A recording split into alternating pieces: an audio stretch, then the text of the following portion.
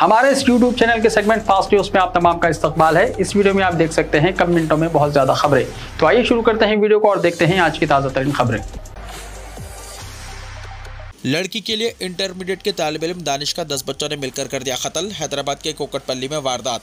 हैदराबाद में एक लड़की के लिए इंटरमीडिएट के तालिब इल्म का 10 बच्चों ने मिलकर इंतहाई बेदर्दी से कत्ल कर दिया और नाश को रेलवे ट्रैक पर फेंककर इसे हादसा करार देने की कोशिश की। ताहम पुलिस ने तमाम मुलजिमीन को गिरफ्तार कर लिया और इन्हें अदालती तहवील में दे दिया। तफसीलात के मुताबिक कोकटपल्ली के सफदर नगर के रहने वाले अहमद नामी शख्स का 17 साल लड़का दानिश यूसुफगुड़ा के कॉलेज में इंटरमीडिएट सेकेंड ईयर का तालिब इल्म है। इसी कॉलेज में एक रॉडी शेटर का लड़का भी साल अव्वल में ज़ेर तालीम है। इसके रिश्तेदार की एक लड़की भी इसी कॉलेज में पढ़ती है। बताया गया है कि दानिश की इस लड़की के साथ दोस्ती थी और वो एक साथ घूमते फिरते थे। इस बात को लेकर रॉडी शेटर का लड़का काफ़ी बरहम था क्योंकि वो इस लड़की से शादी करना चाहता था। इसलिए इसने दानिश को रास्ते से हटाने का फैसला किया। इसके लिए इसने अपने दोस्तों की मदद से दानिश का कत्ल कर दिया और नाश को रेलवे ट्रैक पर फेंक दिया। असदुद्दीन ओवैसी के घर पर हमला, मुकदमा दर्ज। बैरिस्टर असदुद्दीन ओवैसी सदर कुल हिंद मजलिस इत्तेहादुल मुस्लिमीन व रुकन पार्लियामेंट हैदराबाद की दिल्ली में वाक़ ख़यामगाह पर हमले के मामले में दिल्ली पुलिस ने मुकदमा दर्ज कर लिया है। पुलिस ओहदेदारों ने बताया कि इस मामले में पार्लियामेंट स्ट्रीट पुलिस स्टेशन में ताज़ीरात हिंद की दफ़ा 153A, 506 और 146 के तहत मुकदमा दर्ज किया गया है। पुलिस के मुताबिक जुमेरात की रात बाज़ अफराद ने ओवैसी की सरकारी ख़यामगाह के पास हंगामा किया था और नेम प्लेट पर पोस्टर चिपका करने के अलावा स्याही लगा दी थी। इस मामले की तहक़ीक़ात शुरू कर दी गई है। पुलिस का कहना है कि इस वाक़े में 5 अफराद मुलव्विस हैं जिन्होंने ये हरकत की है। आदिलाबाद के साबिक़ रुकन पार्लियामेंट रमेश राठौड़ का इंतकाल। तेलंगाना के आदिलाबाद लोकसभा के साबिक़ रुकन पार्लियामेंट रमेश राठौड़ का इंतकाल हो गया। इनकी हफ्ते की सुबह उटनूर में वाक़ अपनी रिहाइशगाह पर अचानक तबीयत खराब हो गई। घर वाले इन्हें आदिलाबाद के प्राइवेट अस्पताल ले गए। वहां उनका इलाज किया जा रहा था और उनकी हालत खराब होने पर डॉक्टरों ने इन्हें बेहतर इलाज के लिए हैदराबाद मुंतकिल करने का मशवरा दिया। हैदराबाद ले जाते हुए रास्ते में ही इनका इंतकाल हो गया। रमेश राठौड़, जिनका ताल्लुक ST तबके से है, निचली सतह से उठकर सियासतदान बने। इनकी तवील सियासी वाबस्तगी है। वो 1999 में खानापुर MLA के तौर पर कानूनसाज असेंबली के लिए मुंतखब हुए थे। साल 2006 से 2009 के दरमियान उन्होंने आदिलाबाद जिले परिषद के चेयरमैन के तौर पर खिदमत अंजाम दी। साल 2009 में वो आदिलाबाद पार्लिमानी सीट से लोकसभा के लिए मुंतखब हुए। इसके साथ ही इनकी बीवी समन राठौड़ खानापुर MLA के तौर पर जीत गईं। इसके बाद के इलेक्शन में वो फिर से खानापुर MLA के तौर पर जीत गए। साल 2018 के असेंबली इंतखाबात में उन्होंने कांग्रेस पार्टी से इलेक्शन लड़ा और हार गए। जून 2021 में E राजेंद्र के साथ BJP में शमूलियत इख्तियार की। तेलंगाना में DSC एग्जाम्स के शेड्यूल को ख़तियत। तेलंगाना में 11,000 से ज़्यादा सीटों की जायदादों पर तकर्रुरात के लिए DSC एग्जाम्स की तारीख को ख़तियत दे दी गई है। एग्जाम्स के शेड्यूल को स्कूल एजुकेशन कमिश्नर देवासेना ने जुमे को जारी किया। DSC एग्जाम्स 2 शिफ्टों में मुनक्किद किए जाएंगे। एग्जाम्स का अमल जुलाई 18 को शुरू होकर कुल 13 दिनों तक जारी रहेगा। यह अमल अगस्त 5 को हिंदी लैंग्वेज पंडित के एग्जाम के साथ ख़त्म होगा। हैदराबाद के पुराने शहर में बर्क़ी बिल्स की वसूली की जिम्मेदारी अदानी कंपनी के हवाले। तेलंगाना हुकूमत ने हैदराबाद के पुराने शहर में बर्क़ी बिल्स की वसूली की जिम्मेदारी अदानी कंपनी को सौंप दी है। इस बात का इंकशाफ चीफ मिनिस्टर रेवंत रेड्डी ने जुमे को दिल्ली में मीडिया के साथ गैर रस्मी बातचीत के दौरान किया। चीफ मिनिस्टर रेवंत रेड्डी ने कहा कि अदानी ग्रुप के साथ जारी साल जनवरी में रियासती हुकूमत ने दाऊस में तेलंगाना में सरमाकारी से मुताल्लिक़ मुआहदे किए थे। इस मौके पर अदानी ग्रुप ने बर्क़ी के शोबे में सरमाकारी से मुताल्लिक़ भी मुआहदा किया था। हुकूमत ने अदानी कंपनी को पुराने शहर में अंडरग्राउंड बर्क़ी लाइन की तनसीब की ख्वाहिश की है ताकि पुराने शहर में बर्क़ी निज़ाम को बेहतर बनाया सके। इसी तरह बर्क़ी बिल्स की वसूली की जिम्मेदारी भी अदानी कंपनी को सौंप दी गई है। चीफ मिनिस्टर रेवंत रेड्डी के इस इंकशाफ के बाद अपोजिशन जमातों ने इल्जाम लगाया कि रियासत में बर्क़ी के शोबे को खानगियाने की कोशिश की जा रही है। पायलट प्रोजेक्ट के तहत हैदराबाद के पुराने शहर में बर्क़ी बिल्स की वसूली के साथ साथ बर्क़ी की सरबराही और दीगर उमूर को भी अडानी कंपनी को सौंप दी जाएगी। इसके बाद हैदराबाद के दीगर इलाकों में बर्क़ी बिल्स की वसूली और सरबराही की जिम्मेदारी अदानी कंपनी को दी जाने वाली है। इसके बाद रियासत भर में बर्क़ी को प्राइवेट कर दिया जाएगा। 10 रुपये के लिए कत्ल। 10 रुपये के लिए एक ऑटो ड्राइवर का कत्ल कर दिया गया। ये वाक़या शालीबंडा पुलिस स्टेशन के हुदूद में पेश आया। पुलिस के मुताबिक 39 साल मोहम्मद अनवर साकिन वट्टेपल्ली फलकनुमा पेशे से ऑटो ड्राइवर बताए गए हैं। वो 12 जून को चार मीनार से एक मुसाफिर को लेकर शमशेरगंज पहुंचे। मुसाफिर ने 10 रुपये दिए जबकि ऑटो ड्राइवर ने 20 रुपये तलब किए। इस मसले पर इनके दरमियान बहस व तकरार हुई, जिसके बाद मुसाफिर ने अनवर को शदीद ज़दोकोब किया, जिसके नतीजे में इनके सर पर चोट आई और वो जख्मी हो गए थे।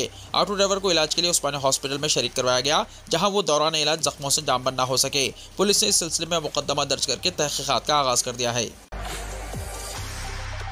नंबर प्लेट्स के बगैर गाड़ियां चलाने पर धोखाधड़ी का केस कमिश्नर पुलिस खम्मम ने कहा। खम्मम के कमिश्नर पुलिस सुनील दत्त ने मुतल्ला किया है कि नंबर प्लेट्स के बगैर गाड़ियां चलाने वालों के खिलाफ ताज़ीरत हिंद की दफ़ा 420 यानी धोखाधड़ी के तहत मुकदमा दर्ज किया जाएगा। कमिश्नर पुलिस ने जुमे को 2 व्हीलर्स चलाने वाले इन 45 अफराद की काउंसलिंग की, जिन्हें शहर में नंबर प्लेट्स के बगैर गाड़ियां चलाने पर पकड़ा गया है। कमिश्नर पुलिस ने कहा कि हालिया अरसे में रहजनी की जो वारदातें रोनमा हुई हैं, इनमें रहजनों ने बगैर नंबर प्लेट्स की गाड़ियां या फिर मसरूखा गाड़ियों का इस्तेमाल किया है। तेलंगाना कांग्रेस के सीनियर लीडर और राज्यसभा के साबिक रुकन डी श्रीनिवास का इंतकाल। तेलंगाना कांग्रेस के सीनियर लीडर और राज्यसभा के साबिक रुकन डी श्रीनिवास का इंतकाल हो गया। वो 76 साल के थे। उन्होंने हैदराबाद में अपनी रिहाइशगाह पर कल रात तकरीबन 3 बजे आखिरी सांस ली। इनके अरकान खानदान ने बताया कि श्रीनिवास जो गुज़िश्ता कुछ दिनों से बीमार थे, दिल का दौरा पड़ने से इंतकाल हो गया। श्रीनिवास के इनकी बीवी और 2 बेटे हैं। फिलहाल इनकी लाश जुबली हिल्स में वाक़ उनके घर पर रखी गई है, जहाँ कांग्रेस लीडरान और कारकुनान ने बड़ी तादाद में आखिरी दर्शन किए। शाम को उनकी लाश को निजामाबाद के प्रगति नगर में वाक़ उनकी रिहाइशगाह मुंतकिल किया जाएगा। आखिरी रसूमात इतवार को अदा की जाएगी। श्रीनिवास की पैदाइश 27 सितंबर 1948 को निजामाबाद जिले में हुई थी। उन्होंने निजाम कॉलेज से अपनी डिग्री मुकम्मल की। बाद में वो सियासत से वाबस्ता हुए और कांग्रेस पार्टी में शमूलियत इख्तियार की। वो 1989 में कांग्रेस पार्टी के टिकट पर पहली बार निजामाबाद अर्बन से असेंबली के लिए मुंतखब हुए। बाद उन्होंने 1999 और 2004 में MLA के तौर पर कामयाबी हासिल की। 1998 में इन्हें मुत्तहदा आंध्र प्रदेश PCC का सदर मुकर्रर किया गया। उन्होंने साल 2004 और 2009 में मुत्तहदा आंध्र प्रदेश में वजीर की हैसियत से खिदमत अंजाम दी। वो रियासत की तकसीम के बाद साल 2015 में BRS में शामिल हुए और राज्यसभा के रुकन के तौर पर मुंतखब हुए। श्रीनिवास की मौत पर वज़ीर आला तेलंगाना CM रेवंत रेड्डी ने इनके अरकान खानदान से ताज़ियत का इजहार किया। वज़ीर आला ने डी श्रीनिवास की खिदमत को याद किया और कहा कि डी श्रीनिवास ने कांग्रेस पार्टी के लिए तवील अरसे तक गैर मामूली खिदमत अंजाम दी। उन्होंने कहा कि डी श्रीनिवास कांग्रेस के कारकुन से बुलंदियों पर पहुंचे। वो कई सियासी लीडरों के लिए रोल मॉडल हैं। कांग्रेस के सीनियर तरीन लीडर ने तेलंगाना तहरीक और कांग्रेस में अपने तवील सियासी दौर के दौरान भी अपनी शनाख्त बनाई।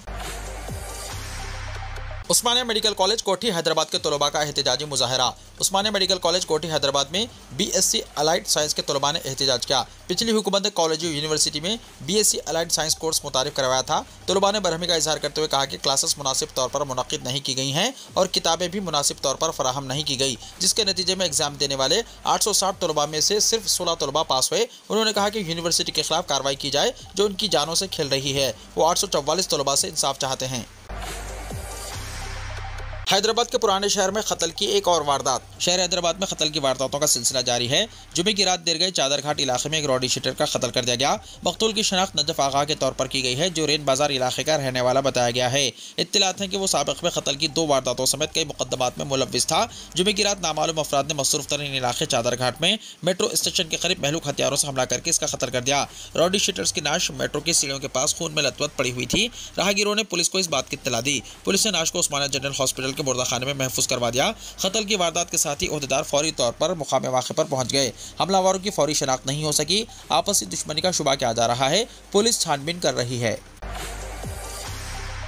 SSC एडवांस सप्लीमेंट्री एग्जाम्स के नताइज जारी। लड़कियों को सबक़त कामयाब उम्मीदवारों में निर्मल सर्रे फहरिस्त। तेलंगाना में SSC एडवांस सप्लीमेंट्री एग्जाम्स के नताइज जुमे को जारी कर दिए गए हैं। इन एग्जाम्स के लिए जुमला 51,272 उम्मीदवारों ने शिरकत के लिए नाम दर्ज करवाए थे, जिनके में जुमला 46,731 उम्मीदवारों ने एग्जाम्स में शिरकत की, जिनमें से 34,126 उम्मीदवार कामयाब करार दिए गए हैं, जो 73.03% होते हैं। लड़कों की कामयाबी का फीसद 71.01 और लड़कियों की कामयाबी का फीसद 76.37% रहा। इस तरह लड़कों के मुकाबले में लड़कियों की कामयाबी का फीसद 5.36% ज्यादा रहा। निर्मल को कामयाब उम्मीदवारों में पहला मुकाम हासिल हुआ, जहां 7% उम्मीदवार कामयाब करार दिए गए हैं। विकाराबाद में सबसे कम उम्मीदवार कामयाब रहे। महकमा स्कूली तालीम के ज़राए ने बताया कि ये रिजल्ट्स www.bsc.telangana.gov.in पर देखे जा सकते हैं। ओहदेदारों ने तलबा को मशवरा दिया कि वो नतीजे की कॉपी का एक प्रिंट आउट निकालें और इसे महफूज रखें, क्योंकि ये एडमिशन के इक़दाम के दौरान अहमियत रखता है। 10th क्लास के रेगुलर एग्जाम्स में नाकाम तलबा के लिए 3 से 13 जून एडवांस सप्लीमेंट्री एग्जाम्स मुनक्किद किए गए थे। घोड़वाड़ शरीफ में उर्स। हज़रत सैयद इस्माइल शाह क़ादरी रहमतुल्लाह अलैह का 563वां उर्स शरीफ 6 और 7 जुलाई को घोड़वाड़ शरीफ ताल्लुक़ा हुमनाबाद ज़िले बिदर में मुक़र्रर है। उर्स शरीफ की तैयारियों का आगाज़ हो चुका है। खादिम दरगाह जनाब मोहम्मद खलील अहमद एडवोकेट ने बताया कि हफ्ता 6 जुलाई को संदल शरीफ, इतवार 7 जुलाई को चिरागा और जलसा फैज़ान औलिया अल्लाह और महफिल समा होगी। नीट बर्खास्त किया जाए, एग्जाम तलबा पर गैर जरूरी दबाव, मोदी को लेटर। तमिलनाडु के चीफ मिनिस्टर स्टालिन ने मेडिकल की तालीम के लिए लाजमी मुसाबिकत एग्जाम नीट को मनसूख करने का मुतालबा किया है। उन्होंने वज़ीर आज़म नरेंद्र मोदी, कायद अपोजिशन राहुल गांधी समेत 8 रियासतों के चीफ मिनिस्टर्स को इस सिलसिले में लेटर रवाना किया है। साथ ही उन्होंने रियासत तमिलनाडु को नीट से मुस्तस्ना करार देने के मुतालबे का भी अदा किया।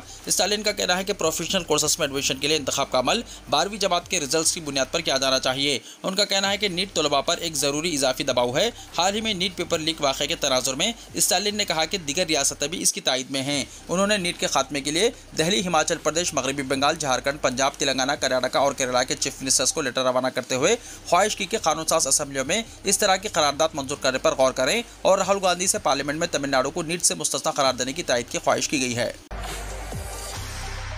लद्दाख में टैंक से दरिया अबूर करने की मशक़ के दौरान हादसा, जेसीयू समेत 5 फौजी शहीद। लद्दाख के दौलत बेग ओल्डी इलाके में एक और अलमनाक हादसा पेश आया है। दिफाई अफसर के मुताबिक अलग सुबह तकरीबन 3 बजे टैंक के जरिए दरिया अबूर करने की प्रैक्टिस के दौरान आबी सतह में अचानक इजाफा हो गया और फौजी एहलकार इसकी जद में आ गए। इस हादसे में जेसीयू यानी जूनियर कमीशन ऑफिसर समेत फौज के 5 जवान शहीद हो गए, जबकि एक फौजी को बचा लिया गया। दरअसल दौलत बेग ओल्डी में रात से मशक़ जारी थी और फौज के बहुत से टैंक मौके पर मौजूद थे। इस दौरान लाइन ऑफ एक्चुअल कंट्रोल यानी LAC के करीब T-72 टैंक से रात के वक्त दरिया को किस तरह अबूर किया जाए, इसकी प्रैक्टिस जारी थी। एक रिपोर्ट के मुताबिक मशक़ के एक हिस्से के तौर पर जब एक टैंक ने दरिया को अबूर करने की कोशिश की तो अचानक दरिया का बहाव बढ़ गया और टैंक बह गया। बताया जा रहा है कि इस दौरान टैंक में कुल 4 से 5 फौजी थे। फिलहाल रेस्क्यू ऑपरेशन जारी है और तफसीलात का इंतजार है। फौजी अफसर के मुताबिक दौलत बेग ओल्डी के इलाके में दरिया अबूर करने की प्रैक्टिस के दौरान पेश आने वाले एक हादसे में एक जेसीओ और 4 फौजियों समेत हिंदुस्तानी फौज के 5 फौजी एहलकार शहीद हो गए। 5 लाशें निकाली गई हैं। टैंक की बाजियाबी के लिए भी कोशिशें जारी हैं। फौज इस बात की भी तहकीकात कर रही है कि पानी की सतह अचानक कैसे बढ़ गई। जिस जगह यह हादसा हुआ है उस पर हिंदुस्तान और चीन के दरमियान काफी अरसे से कशीदगी चली आ रही है।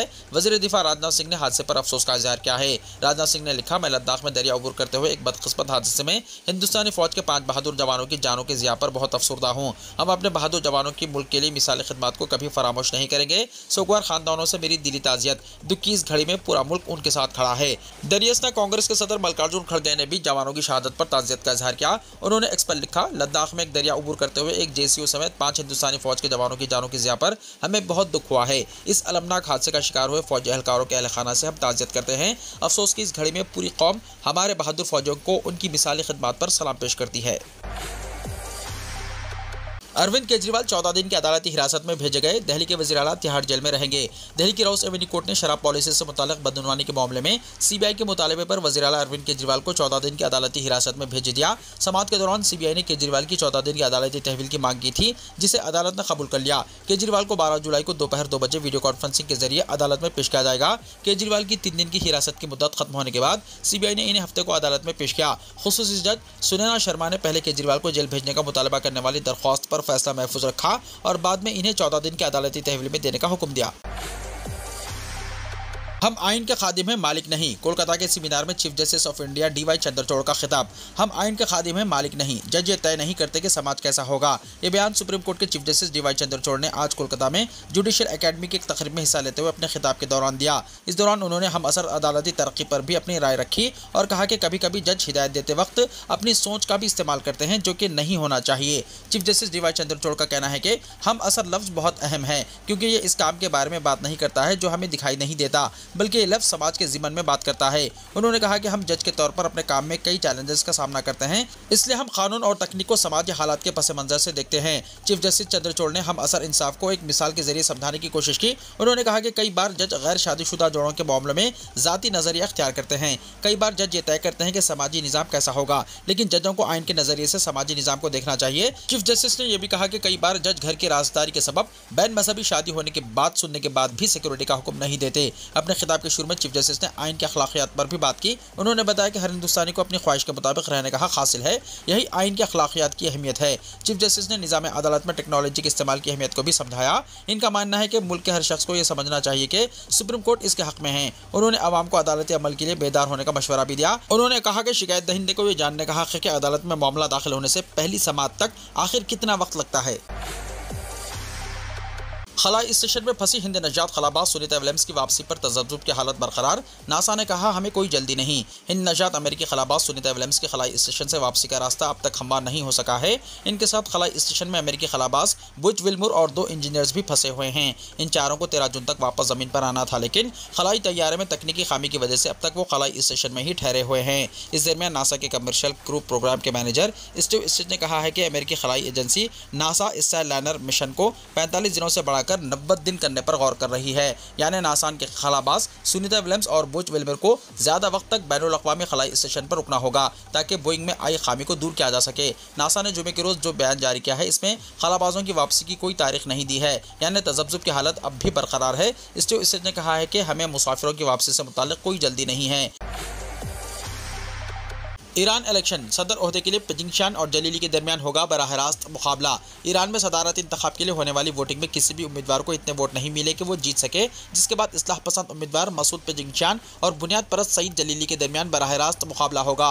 एक अहलकार ने हफ्ते को ये जानकारी दी। इंतखाबी तर्जुमान मोहसिन इस्लामी ने कहा कि पिजिंगशान और जलीली के दरमियान बराह रास्त मुकाबला जुमे को होगा। इस्लामी ने इंतखाबी नताज का ऐलान एक प्रेस कॉन्फ्रेंस के दौरान किया, जिसे ईरान के सरकारी टेलीविजन चैनल ने बराह रास्त नशर किया। उन्होंने कहा कि कुल 2 करोड़ 45 लाख वोटों में से पिजिंगशान को 1 करोड़ 4 लाख और जलीली को 94 लाख वोट मिले हैं। पार्लियामेंट के रेडिकल स्पीकर मोहम्मद बाखर खलियाफ को 33 लाख और शिया मजहबी रहनुमा मुस्तफापुर मोहम्मदी को तकरीबन 2,06,000 वोट मिले। ईरानी कानून के मुताबिक किसी भी उम्मीदवार को सिर्फ उसी सूरत में फातिह करार दिया जा सकता है जब वो 50% से ज्यादा वोट हासिल कर ले, और अगर ऐसा ना हो तो सर्रे फहरिस्त 2 उम्मीदवारों के दरमियान बराह रास्त मुकाबला होगा। ईरान की सदारत इंतखाबी तारीख में ऐसा सिर्फ एक बार 2005 में हुआ है, जब बुनियाद परस्त महमूद अहमदी नजात ने साबिक सदर अकबर हाशमी रफसंजानी को शिकस्त दी थी।